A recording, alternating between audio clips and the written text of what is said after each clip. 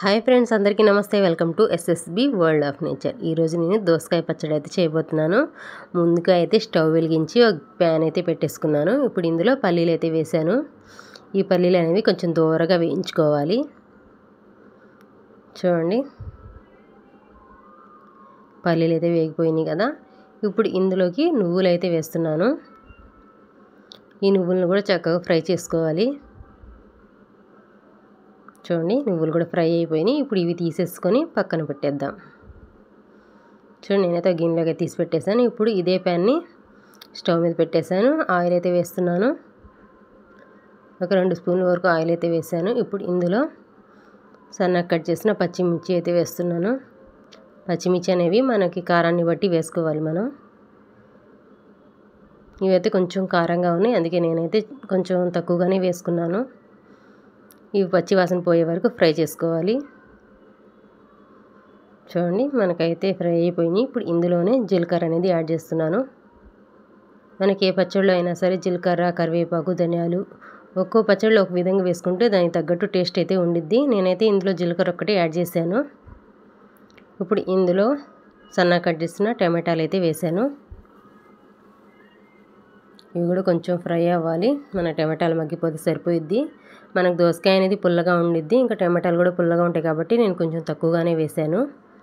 ఇవి ఒకసారి కలిపేసి మనం మూత పెట్టేసి కొంచెం టమాటాలు మగ్గే వరకు మగ్గించుకుందాం.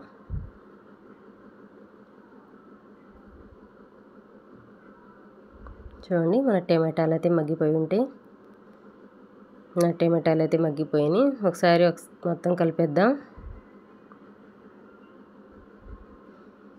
ఇప్పుడు ఇందులోనే మనం ముందుగా నానబెట్టుకున్న చింతపండు అయితే ఉంది కదా, అదైతే వేసేసుకుందాం. చూడండి, చింతపండు అయితే వేసేసాను. ఇది కూడా ఒకసారి కలిపేసి మనం ఇంకొంచెం సేపు మూత పెట్టేసి మగ్గించుకుందాం. ఎందుకంటే మనం పచ్చడి నూరేటప్పుడు చింతపండు అక్కడక్కడ తగలకుండా కొంచెం తొందరగా మెదిగిపోయిద్ది. చూడండి, మనకి టమాటాలు, పచ్చిమిర్చి అలాగే చింతపండు అంతా మగ్గిపోయినాయి కదా. ఇప్పుడు ఇది తీసి పక్కన పెట్టేద్దాం. ఇప్పుడైతే నేను ఇక్కడ దోసకాయ ముక్కలు అయితే సన్నగా కట్ చేశాను. నేను ఇందులో ఉన్న గింజలే తీసి పక్కన పెట్టేశాను. తర్వాత పచ్చడి నూరిన తర్వాత అయితే యాడ్ చేస్తాను. మనం ముందుగానే గింజలతో సహా కోసుకుంటే మనం పచ్చడి నూరేటప్పుడు కొంచెం పైన పండిద్ది. అందుకని నేనైతే గింజలే తీసి పక్కన పెట్టేశాను. అలాగే వేయించిన పల్లీలు, అలాగే మన టమాటాలు అన్నీ ఫ్రై చేసుకున్నాం కదా, ఇవి తీసేసాను. ఇప్పుడైతే పచ్చడి అయితే నూరుతున్నాను. ముందుగా అయితే పల్లీలు, నువ్వులు అయితే వేసేసి పచ్చడి అయితే నూరుతున్నాను. చూడండి, ఇవైతే కొంచెం మెత్తగా నూరేసాను. ఇప్పుడు ఇందులో ఉప్పు అయితే యాడ్ చేశాను. ఇప్పుడు ఇందులోనే మనం ముందుగా ఫ్రై చేసుకున్నాం కదా టమాటాలు, పచ్చిమిర్చి, చింతపండు, అదైతే వేసేస్తున్నాను. ఇది కూడా చక్కగా మెత్తగా మనం ఇలా నూరుకోవాలి. చూడండి, మెత్తగా అయిపోయింది. ఇప్పుడు ఇందులోకి మనం సన్నగా కట్ చేసి పెట్టుకున్న దోసకాయ ముక్కలను అయితే వేస్తున్నాను. ఇది కూడా మెత్తగా అయ్యే వరకు నూరుకోవాలి. మనకు అంతగా నూరాల్సిన అవసరం లేదు, ఎందుకంటే మనం సన్నగానే కట్ చేసుకున్నాం కదా. కొంచెం పెద్దగా అయితే కొంచెం మనం మెదపడానికి వీలుగా ఉండదు. ఇలా సన్నగా కట్ చేసుకుంటే మనకు పచ్చడి కూడా తొందరగా ఈజీగా చేసుకోవచ్చు. చూడండి, మనకు పచ్చడి కూడా అయిపోవచ్చింది. ఇప్పుడు నేను ఇందులోకి మనం ముందుగా తీసి పెట్టుకున్నాం కదా గింజలు, అవి కూడా వేసేసాను. ఇప్పుడు మొత్తం ఒకసారి కలిపేస్తున్నాను. ఇప్పుడు ఈ పచ్చడి అనేది పక్కన తీసేసి మనం వెల్లుల్లి రెబ్బలు అనేది దంచుకుందాం. మనం కావాలంటే ఇప్పుడే ఆనియన్స్ వేసుకోవచ్చు, లేదంటే పచ్చడి నూరిన తర్వాత కూడా వేసుకోవచ్చు. మన పచ్చడి అయితే రెడీ అయిపోతుంది. చూడండి, మొత్తం ఒకసారి కలిపేసి ఇలా నూరేసాను. ఇప్పుడు ఫైనల్గా పచ్చడి అయితే రెడీ అయిపోయింది, తీసేస్తున్నాను. మనం పోపు పెట్టుకున్నా బాగుండిద్ది, పెట్టుకోకపోయినా బాగుండిద్ది, ఇలాగైనా తినేయచ్చు.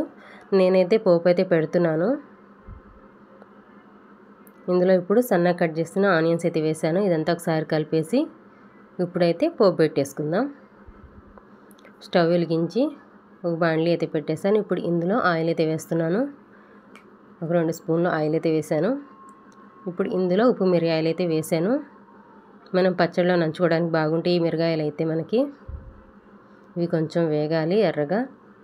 చూడండి, ఎర్రగా వేగిపోయినాయి కదా. ఇప్పుడు ఇందులోనే ఎండుమిర్చి అయితే వేసాను. ఒక 2 ఎండుమిర్చి తుంచేసి వేసేసాను.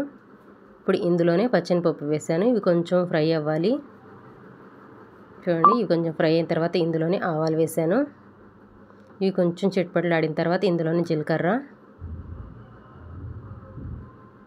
అలాగే సన్నగా కట్ చేసిన ఆనియన్స్ వేస్తున్నాను. నేనైతే ఒక ఆనియన్ తీసుకున్నాను, సగం అయితే పచ్చడిలో వేసేసాను, సగం అయితే ఇలా మనకు తాలింపులు అయితే వేస్తున్నాను. మన ఆనియన్స్ అనేవి చక్కగా వేగిపోవాలి. చూడండి మన ఆనియన్స్ కూడా వేగిపోయినాయి కదా. ఇప్పుడు ఇందులో అయితే నేను కరివేపాకు అయితే యాడ్ చేస్తున్నాను. అంతే ఫ్రెండ్స్, చాలా ఈజీ. ఇప్పుడు ఇందులో పచ్చడి కలుపుకోవడమే. మీరు కూడా ఒకసారి తప్పకుండా ట్రై చేయండి. అలాగే ఎలా వచ్చిందో కామెంట్ చేయండి. మా ఛానల్ కనుక ఫస్ట్ టైం చూస్తున్నట్టయితే మా ఛానల్ని లైక్ చేయండి, షేర్ చేయండి, సబ్స్క్రైబ్ చేసుకోండి. మీకు ఏమైనా కొత్త రెసిపీస్ కావాలంటే నాకు కామెంట్ చేయండి, తప్పకుండా షేర్ చేస్తాను. Thank you for watching.